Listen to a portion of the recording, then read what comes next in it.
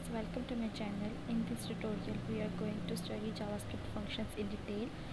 What the function is, what is its syntax, and the lecture will be delivered by Sarvakar. But as usual, so let's start our topic. ठीक है, function से related, ताकि आप लोगों की जो basic है, जो फाउंडेशन है, वो क्लियर हो जाए। देन हम थ्योरी हम देखते हैं। ठीक है, जो फंक्शन जो है ना, फंक्शन के हमारे पास 4 टाइप्स हैं। ठीक है जी, there are 4 types of functions. ठीक है, फिर हम देखेंगे कि फ़ंक्शन को हम क्यों इस्तेमाल करते हैं, फ़ंक्शन के क्या फ़ायदे हैं। ठीक है, पहले हम ये देख लेते हैं कि फ़ंक्शन का सिंटैक्स क्या है और फंक्शन किस किस टाइप के हो सकते हैं। ठीक है, 4 टाइप के फंक्शन है, जितनी भी प्रोग्रामिंग है उसके अंदर। ठीक है, तो जो पहली टाइप है उसमें हम कहते हैं कि जी उसके जी हैज़ नो रिटर्न टाइप, जिसकी रिटर्न टाइप नहीं होती। एक ऐसा फंक्शन जो कि कोई वैल्यू रिटर्न ना करता हूँ, एंड हैज़ नो पैरामीटर। ठीक है, एक ऐसा फंक्शन आपने डिक्लेयर करना है, बनाना है, जिसकी ना तो कोई रिटर्न टाइप हो। रिटर्न टाइप से मुराद है कोई वैल्यू रिटर्न नहीं कर रहा, जहाँ से उसको कॉल किया गया है ना, वो उसको उस फंक्शन को रिटर्न नहीं कर रहा। ठीक है, तो ये वाला फंक्शन आप लोग बनाते आए हैं। फंक्शन लिखा, ठीक हो गया। फंक्शन के बाद ये फंक्शन का कीवर्ड है, सिंटैक्स है आपके पास। फंक्शन का सिंटैक्स क्या है, आपने फंक्शन लिखना है। फंक्शन के बाद यूज़र डिफाइंड नाम है, जैसे मैं लिखता हूँ माई फंक्शन, ये मैंने नाम रखा फंक्शन का। उसके बाद आपने ये जो से ये 2 ब्रैकेट है, स्मॉल ब्रैकेट है, ये लाजमी लगानी है, ये फंक्शन को डिस्क्राइब कर रही है। ठीक है जी, उसके बाद आपने ये कर्ली ब्रेसेस, ये कर्ली ब्रेसेस क्या बता रही है कि आपने जो भी कोड लिखना है वो आप इस फंक्शन के अंदर रखना है। ठीक है, फंक्शन को आप ऐसे समझ लें कि जैसे आपके पास एक डिव नहीं होता, div is a empty container है, और उसके अंदर आप एलिमेंट्स रखते हैं। ठीक है, अब आप डिव के अंदर जो भी चेंजिंग्स करेंगे तो उसके एलिमेंट में चेंज होता रहेगा। तो इसी तरह से आप जो भी काम करेंगे इस फंक्शन के अंदर, ठीक है जी, वो सिर्फ इस फंक्शन के अंदर ही चेंज होगा, किसी और आउटसाइड दी फंक्शन या आउटसाइड दी जो भी आप जावास्क्रिप्ट लिखेंगे उसमें चेंज नहीं होगा। ठीक है जी, तो इसके लिए हम साथ साथ ना थोड़ी सी प्रैक्टिस भी कर लेते हैं। हम एक HTML लिख लेते हैं, जावा स्क्रिप्ट फंक्शन लिख लेते हैं। ठीक है जी, हम ना इधर कुछ फंक्शंस के बटन बना लेते हैं, बटन। ठीक है जी, और यहाँ पर हम लिखते हैं जी फर्स्ट टाइप है ना फंक्शन की, तो हम इधर लिख देते हैं फर्स्ट टाइप फंक्शन। ठीक है जी, फंक्शन की फर्स्ट टाइप है, और यहाँ पर एक इवेंट जनरेट करवाते हैं ऑन क्लिक का, और फंक्शन का कॉल नाम। फंक्शन को जब भी आपने कॉल करना है, फंक्शन का आपने नाम बताना है। ठीक है, तो जो नाम आप यूज़र डिफाइंड नाम रखेंगे, जो भी आप यहाँ पे नाम सजेस्ट करेंगे, वही नाम आपने यहाँ पर बताना है। जैसे हमने माई फंक्शन रखा है, तो हम इधर माई फंक्शन FUNCT माई फंक्शन, और फंक्शन के साथ आपने इसकी ये स्मॉल ब्रैकेट भी लगानी है, जो कि डिस्क्राइब करे कि ये एक आपने फंक्शन बनाया हुआ है। उसके बाद जब आपकी सारी HTML CSS ख़त्म हो जाती है, उसके बाद आपने स्क्रिप्ट का टैग लगाना होता है। ठीक है जी, अब स्क्रिप्ट के टैब के अंदर आपने अपनी जो जावास्क्रिप्ट की कोडिंग है वो लिखनी है। तो अब इसके अंदर जो पहली टाइप का जो फंक्शन है जावास्क्रिप्ट में, सर ये जो स्क्रिप्ट के सर टाइप्स आती हैं सर, ये आपने इरेज क्यों किया है सर? वो मर्जी है आपकी, वो लिख लो तो अच्छी बात है, ना लिखो तो कोई मसला नहीं है। ठीक ओके है, सर। वो जैसे उसकी टाइप बता रहे हैं ना कि जावास्क्रिप्ट की है, तो ना भी हो तो स्क्रिप्ट का मतलब यही है कि वो जावास्क्रिप्ट है। ठीक है जी, अच्छा जी, उसके बाद आपने ये देखिए जी फंक्शन लिखा।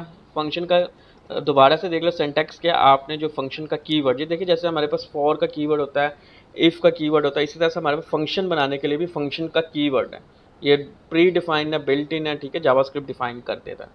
उसके बाद अब यहाँ से आपका काम स्टार्ट होता है। ठीक है जी, और यहाँ से आपने फंक्शन का नाम देना है, ये माई फंक्शन आपने नाम दे दिया, स्मॉल ब्रैकेट लगा दी, एंड देन उसके बाद कर्ली ब्रेसेस। ठीक है, तो ये देखिए जी, अब लाइन नंबर 13 के अंदर जो भी मैं काम करूंगा, ये फंक्शन की डेफिनेशन होगी, फंक्शन की वर्किंग। फंक्शन ने करना क्या है, फंक्शन की जो वर्किंग होगी वो आपने यहाँ पर एक्सप्लेन करनी है।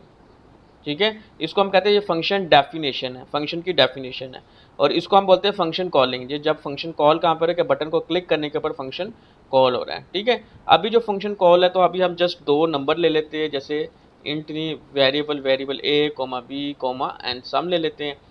ठीक है जी, उसके बाद हम क्या कहते हैं जी, a is equal to 10 and b is equal to 20 and sum is equal to a plus b, और उसके बाद डॉक्यूमेंट डॉट राइट।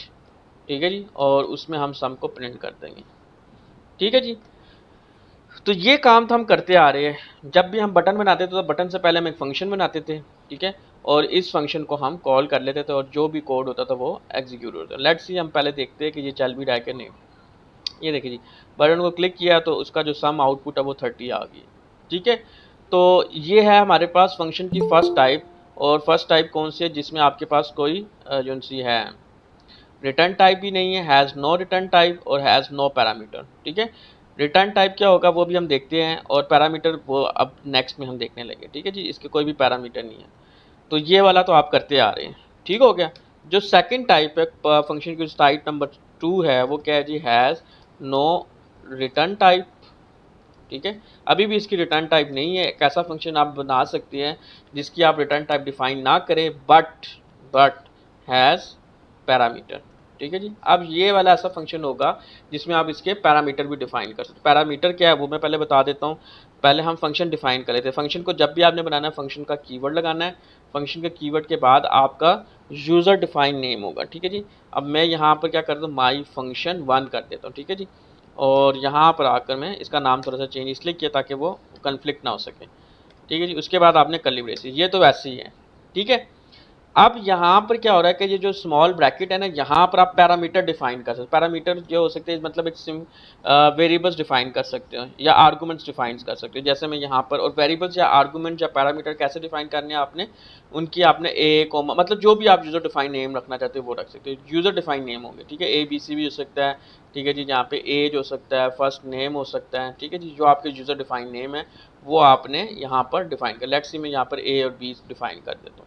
ठीक है, तो अगर मैंने ये फंक्शन की डेफिनेशन लिखनी हो तो मैं दोबारा से क्या करता हूँ, एक और फंक्शन का बटन बना लेता हूँ। ठीक है, इसको कॉल करने के लिए, और यहाँ पे मैं लिखता हूँ सेकंड टाइप फंक्शन। फंक्शन की जो सेकंड टाइप है वो, और यहाँ पर मैं एक अगेन से ऑन क्लिक का एक इवेंट जनरेट किया और माई फंक्शन 1 के नाम से। ठीक है जी, और ये स्मॉल ब्रैकेट लग गई। ठीक है, और अब ये फंक्शन की डेफिनेशन कंप्लीट हो गई है। मैं अगेन एक फंक्शन बनाना चाहता हूँ। मैं यहाँ पर आता हूँ फंक्शन। ठीक है, फंक्शन का कीवर्ड लगाया, माई फंक्शन 1 लिखा, स्मॉल ब्रैकेट लगाई एंड कर्ली ब्रेसेस लगाई। ठीक है, तो जो पहला फंक्शन था उसकी कोई रिटर्न टाइप भी नहीं है और कोई पैरामीटर, यानी कि यहाँ पर आपने कोई पैरामीटर पास नहीं किया। बट जो सेकंड टाइप है इसमें आप पैरामीटर पास करो। आप लिख रहे हो A, B। ठीक है जी, A, B।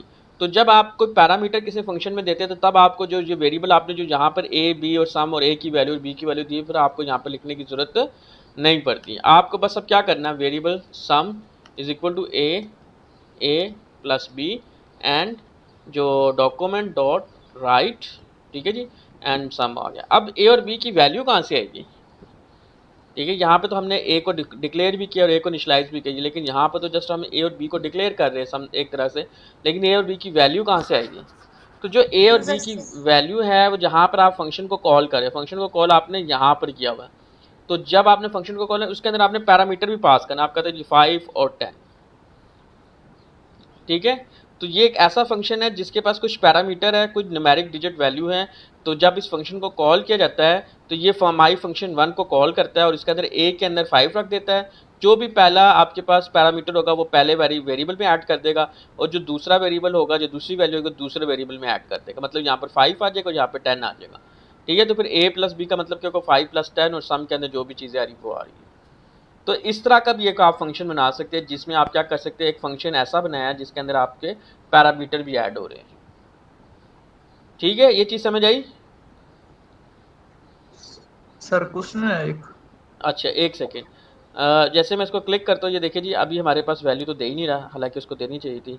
तो इशू क्या आ रहा है, कोई बताएगा मुझे? 5 और 10 हैं और डॉक्यूमेंट डॉट राइट ही है, बिल्कुल ठीक है। तो इशू क्या आ रहा है, उसने प्रिंट क्यों नहीं करवाया? एक सेकेंड, मैं इंस्पेक्ट पे भी जाकर देख लेता हूँ। 15, अच्छा सेव नहीं किया हुआ था। ठीक है जी, अच्छा जी, थर्ड हमारे पास जो टाइप है वो कौन सी है? उसमें हम क्या कहेंगे कि हैज़ रिटर्न टाइप, जिसकी रिटर्न टाइप होती है। ठीक है, बट नो पैरामीटर। ऐसा फंक्शन जिसकी रिटर्न टाइप तो हो। अब आ गया रिटर्न टाइप वाला। ठीक है, पहले दो कंप्लीट हो गए जिसमें पैरामीटर भी देख लिया है और विदाउट पैरामीटर भी देख लिया। ठीक है, तो जो थर्ड टाइप है फंक्शन की, उसमें अब रिटर्न टाइप है, वैल्यू को रिटर्न किया जा रहा है लेकिन उसका कोई पैरामीटर नहीं है, पैरामीटर पास नहीं कर रहे। तो उसके लिए भी आप देखिए जी, सिंटैक्स होगा वो फंक्शन। ठीक है, और माई फंक्शन 2 कर देते हैं इसको, स्मॉल ब्रैकेट कर्ली ब्रेसेस। ठीक है जी, और इसमें आपके पास एक रिटर्न का कीवर्ड इस्तेमाल होता है। ठीक है। और कोई भी वेरिएबल, लेट्स सी हम एक वेरिएबल यहाँ पे कुछ वेरिएबल भी डिक्लेयर कर लेते हैं, variable a, b, c, a is equal to 10 and b is equal to 30 and c is equal to a plus b, ठीक है जी। और उसके बाद जो भी वैल्यू आ रही है c के अंदर वो हम इस फंक्शन के अंदर आउटपुट नहीं शो करवा रहे। बाकियों में हमने क्या किया था, बाकियों में देखे जी हम यहीं पे जो भी फंक्शन, जब भी फंक्शन कॉल करे तो उसको उसी को कहते थे अब तुमने जो करना वो करो, ठीक है जी। इसको भी हम यही कह रहे हैं कि अब तुमने ही आउटपुट शो करानी, हमारे पास वापस ना आना, ठीक है। लेकिन जो नेक्स्ट फंक्शन है ना, जैसे मैं एक बटन बनाता हूँ, ठीक है जी, और थर्ड टाइप, ठीक है, और इधर आकर मैं ऑन क्लिक कर लेता हूँ, ठीक हो जी। और उस फंक्शन का नाम मैं क्या कर देता हूँ जी, माई, बल्कि एक और मैं फंक्शन बनाऊंगा डेमो के नाम से, ठीक है, क्योंकि मैंने फंक्शन को कॉल करना है। अब ये जो डेमो का फंक्शन है ना, ठीक है जी, इस डेमो के फंक्शन के अंदर ये फंक्शन लिख लिया मैंने, हाँ ठीक हो गया। और इस डेमो के फंक्शन, पहले मैं एक डेमो का फंक्शन बना लेता हूँ, ठीक है। जब जब भी आपने इस जो बटन थर्ड को, वाला फंक्शन है ना उसमें नहीं किया। हाँ हाँ वही मैं बताने लगा हूँ आपको कि उस फंक्शन को कॉल करना है ना। तो अब मैं क्या कर रहा हूँ कि मैं जब थर्ड टाइप पे क्लिक करता हूँ ना, थर्ड टाइप पे क्लिक करता हूँ तो वो डेमो के फंक्शन को कॉल करेगा। और डेमो के फंक्शन में अभी कुछ नहीं लिखा हुआ है, ठीक है। मैं जस्ट अभी अलर्ट कर रहा हूँ, हेलो, जस्ट चेक करने के लिए कि डेमो का फंक्शन मेरे पास चल रहा है कि नहीं चल रहा, ठीक है। लेट्स सी, मैं इधर आता हूँ, इस बटन को क्लिक किया, अलर्ट आना चाहिए, अलर्ट नहीं आ रहा, इट्स मीन कोई एरर है। कंसोल पे गए तो कोई सिंटैक्स एरर है लाइन नंबर 30 पे, ठीक है जी।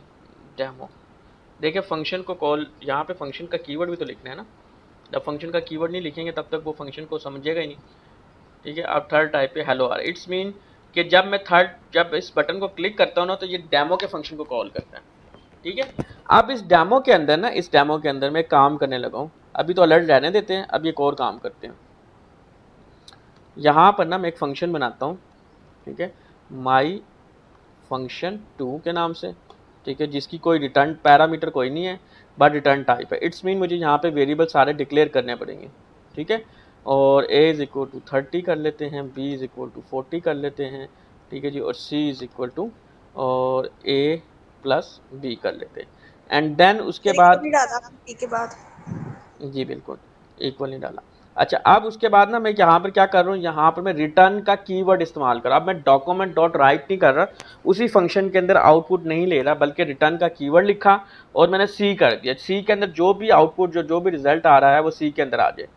तो अब इस फंक्शन को क्या करूँगा, मैं इसको कॉल करूँगा, ठीक है।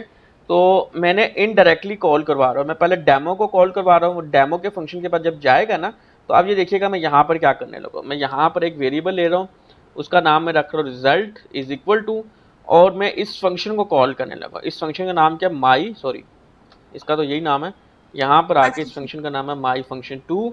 और ये मैंने बताया था कि जब भी फंक्शन को कॉल करना, लाजमी नहीं है कि आपने इवन ट्रिगर ही हो, ठीक है, लाजमी नहीं है कि आप जो है ना इवन ट्रिगर, आपने एक फंक्शन इवन ट्रिगर से कॉल किया और उस फंक्शन के अंदर एक मजीद फंक्शन, ये फंक्शन मैंने इसलिए यहाँ पर कॉल किया है क्योंकि इसका कॉल करने का मकसद क्या है कि ये जो फंक्शन है कुछ वैल्यू रिटर्न कर रहा है।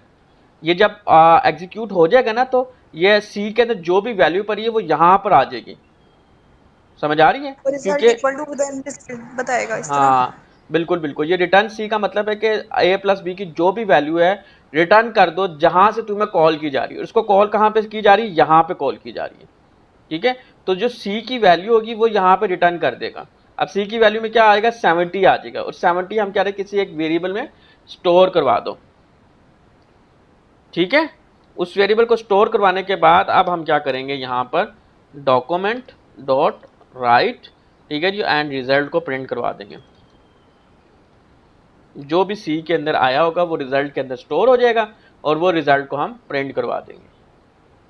तो ये हम इनडायरेक्टली, क्योंकि ये देखिए रिटर्न टाइप है ना, रिटर्न टाइप का मतलब ये है कि अगर मैं इस बटन में करता हूँ तो यहाँ से मैं आउटपुट नहीं ले सकता था, ठीक है, बल्कि मैं आपको करके बताता हूँ, मैं आउटपुट यहाँ पर भी लेकर दिखाता हूँ आप लोगों को, ठीक है।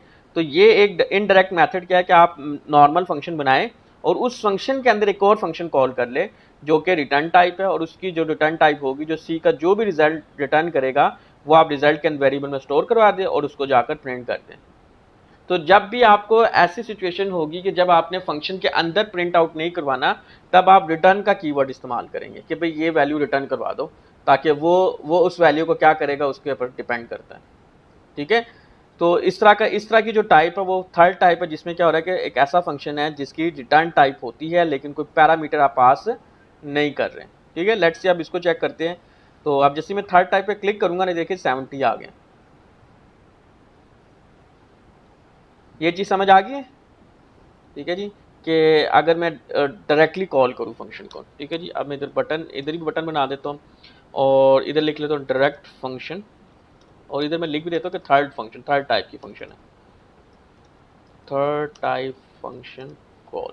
ठीक है, अब यहाँ पर मैं क्या करूँगा, यहाँ पर मैं ऑन क्लिक, ठीक है, यहाँ पे मैं डॉक्यूमेंट डॉट राइट, ठीक है, इस राइट के अंदर ना मैं फंक्शन को कॉल कर दूंगा, और फंक्शन का नाम क्या रखा हुआ है मैंने, माई फंक्शन 2, यानी कि इस डॉक्यूमेंट डॉट राइट के अंदर माई फंक्शन 2 आ जाए। ठीक है, अब मुझे देख लेते हैं कि इसमें सेमीकोलन लगता है कि नहीं, लेट्स सी, देख लेते हैं। ठीक है, तो डॉक्यूमेंट डॉट राइट के अंदर हमने क्या ऑन क्लिक के अंदर हमने कहा प्रिंट करवा दो जो भी तुम्हारे पास आ रहा है, तो और हमने कहा कि उसको किसको प्रिंट करा दो, जो माई फंक्शन 2 के अंदर पड़ी हुई वैल्यू। ठीक है, अब ये माई फंक्शन को क्या रिटर्न करेगा, 70 रिटर्न करेगा। लेट्स सी, हम देखते हैं अब कि ये सिंटैक्स एरर अगर ना हुआ तो ये देखिए जी 70 इस तरह भी आ रहा है। ठीक है सर अगर हम डॉक्यूमेंट डॉट राइट नहीं लिखते, डायरेक्ट फंक्शन 2 का नेम लिख देते तो उसने हमें कुछ रिटर्न नहीं ना करना था। नहीं, क्यों? क्योंकि हम आउटपुट तो ले ही नहीं रहे ना। आउटपुट का मतलब है कि आप जो स्क्रीन पे क्या दिखा रहे हैं, हम स्क्रीन पे तो कुछ दिखा ही नहीं रहे। ठीक है, ठीक है, तो हमारे पास जो लास्ट टाइप रह गई है, जो अभी बस ये कंप्लीट होने वाला है, इसमें क्या हो रहा है, इसमें हम कह सकते हैं कि has return type return type भी और and parameter pass. Has parameter, एक ऐसा फंक्शन जिसकी रिटर्न टाइप भी हो और पैरामीटर भी हो। तो बहुत ही इजी है ये फंक्शन। इसमें हम क्या कर सकते हैं, तो इसमें पहले मैं आपको यहाँ पर बता दूँ एग्जांपल में कि हम इसमें एक फंक्शन का कीवर्ड लगाएंगे, माई फंक्शन 3 कर देंगे, फंक्शन कॉलिंग, ये देखिए जी। ठीक है, अब इसमें भी हम कोई पैरामीटर पास कर देंगे। लेट्स सी, लाजमी नहीं कि हम 2 ही पैरामीटर, जितने मर्जी आप पैरामीटर दे सकते हैं, 3 पैरामीटर दे दिए। ठीक है, और जो भी रिटर्न है वो आप रिजल्ट को करवा दें। ठीक है जी, और इधर आप फॉर एग्जांपल रिजल्ट बेसिकली क्या है, रिजल्ट बराबर है इनका ना a प्लस बी, और लाजमी नहीं कि प्लस ही हो, मल्टीप्लाई कर सकते हैं, डिवाइड कर सकते हैं, जो भी आपकी लॉजिक है उसके ऊपर आप चल सकते हैं। तो उसी तरह से अब हम क्या करेंगे, लास्ट में हमारा रह गया, उसमें हम देखिए जी फंक्शन। ठीक है, फंक्शन के बाद माई फंक्शन 3, ठीक है जी, एंड देन उसके बाद इसके पैरामीटर होंगे कुछ। मैं अब यहाँ पे 3 पैरामीटर दे रहा हूँ, ए बी और सी। ठीक है, और उसके बाद यहाँ पर मैं जो भी वैल्यू है पैरामीटर की, वो तो हम जब फंक्शन को कॉल करें उधर से आएगी।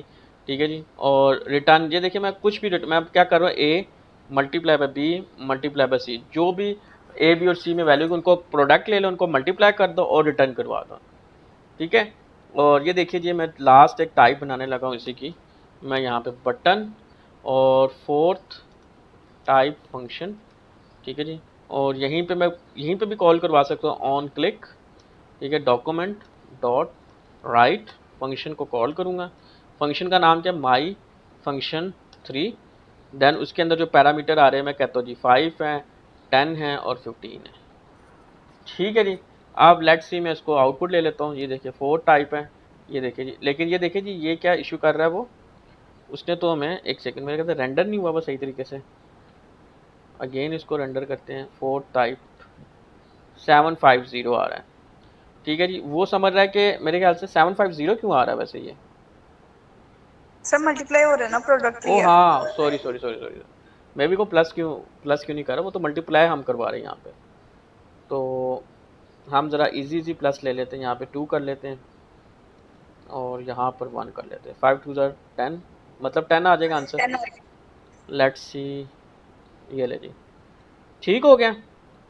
तो इस तरह से हम ना जो एक और मेन फंक्शन, जो एक तरह का हमारा मेन फंक्शन है, इसके अंदर भी हम कॉल करवा सकते हैं। ये देखिएगा, इसमें भी मैं कॉल करवा के बताता हूँ आप लोगों को। एक और वेरिएबल ले लेते हैं, वेरिएबल आप वेरिएबल भी ले सकते हैं, आप डायरेक्ट यहाँ पर भी जो है ना प्रिंट आउट करवा सकते हैं। ठीक है, डॉक्यूमेंट डॉट राइट, और यहाँ पे आपके आ जाए फंक्शन 3 आ जाएगा। जी बोलें। सर ये आपकी आवाज नहीं आ रही थी, दोबारा बता दीजिए। मैं ये कह रहा हूँ कि हमने जो डेमो का फंक्शन बनाया ना, इसके अंदर जो डेमो के लिए एक बटन बनाया ना, ये वाला, हम इस मेन फंक्शन के अंदर भी अगेन किसी और फंक्शन को कॉल कर सकते हैं। जैसे हमने माई फंक्शन 2 को भी तो कॉल किया हुआ ना इनडायरेक्टली, इसी तरह से हम जी माई फंक्शन 3 को भी कॉल कर सकते हैं और इसके अंदर हम डिफरेंट वैल्यू दे सकते हैं। ये देखिएगा 4 6 8।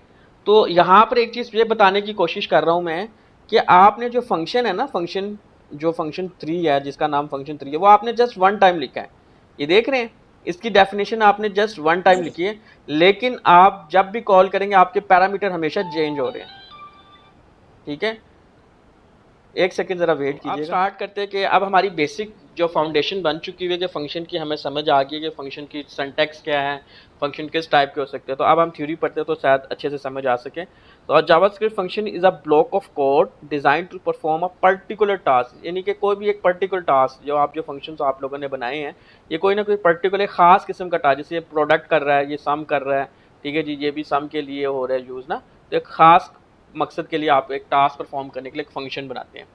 A JavaScript function is executed when something invokes, जब कोई चीज़ को इन्वोक किया जाए, जब कॉल किया जाए। अब कॉल आप डायरेक्ट भी कर सकते हो, जैसे बटन को क्लिक करके भी कर सकते हो, नॉर्मल भी कॉल कर सकते हो। अब ये देखिए जी, अब आपको ये अच्छे से समझ आ जाएगी ये कौन सी टाइप है फंक्शन की, कौन बताएगा? हाँ जी, सर रिटर्न टाइप है ये रिटर्न टाइप है और पैरामीटर के साथ। हाँ, ये ऐसा फंक्शन है जिसके पैरामीटर भी है और इसकी रिटर्न, यानी कि 4 टाइप है। था टाइप वो नंबर 4 है, जिसमें दोनों ही चीज़ें आ गई हैं। ठीक है, उसने कंप्लीट एक फंक्शन बना दिया है। उसने एक ऐसा फंक्शन है जिसको आप पैरामीटर भी पास कर सकते हैं और जो भी वैल्यू वो रिटर्न होकर आपके जो जहाँ फंक्शन कॉल किया वो उससे आप रिसीव कर सकते हैं इसकी वैल्यू को।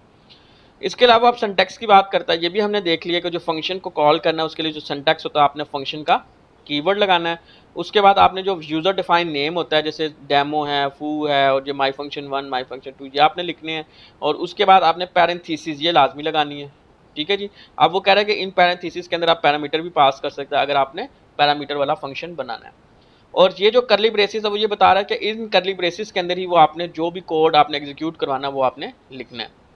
ठीक है जी, इसके अलावा कह रहा है कि जो भी आपका फंक्शन नेम है उसको भी आपने लिखते हुए ज़रा मीनिंगफुल रखना है और ऐसे रखना है जैसे आप नेम रखते हैं ना, वेरिएबल का नेम, जैसे मैंने बताया था कि आप लेटर से स्टार्ट करें, नंबर से स्टार्ट नहीं कर सकते। जो भी उन्होंने लिमिटेशन बताई थी, वैलिडेशंस बताई थी कि नेम रखते हुए आपने किन किन चीज़ों का ख्याल रखना है, वही नेम आपने यहाँ पर फंक्शन का नाम रखते हुए भी रखना है ख्याल। इसके अलावा वो कह रहा है कि फंक्शन पैरामीटर आर लिस्टेड, ये वही सारी चीज़ें जो हम बता चुके हैं।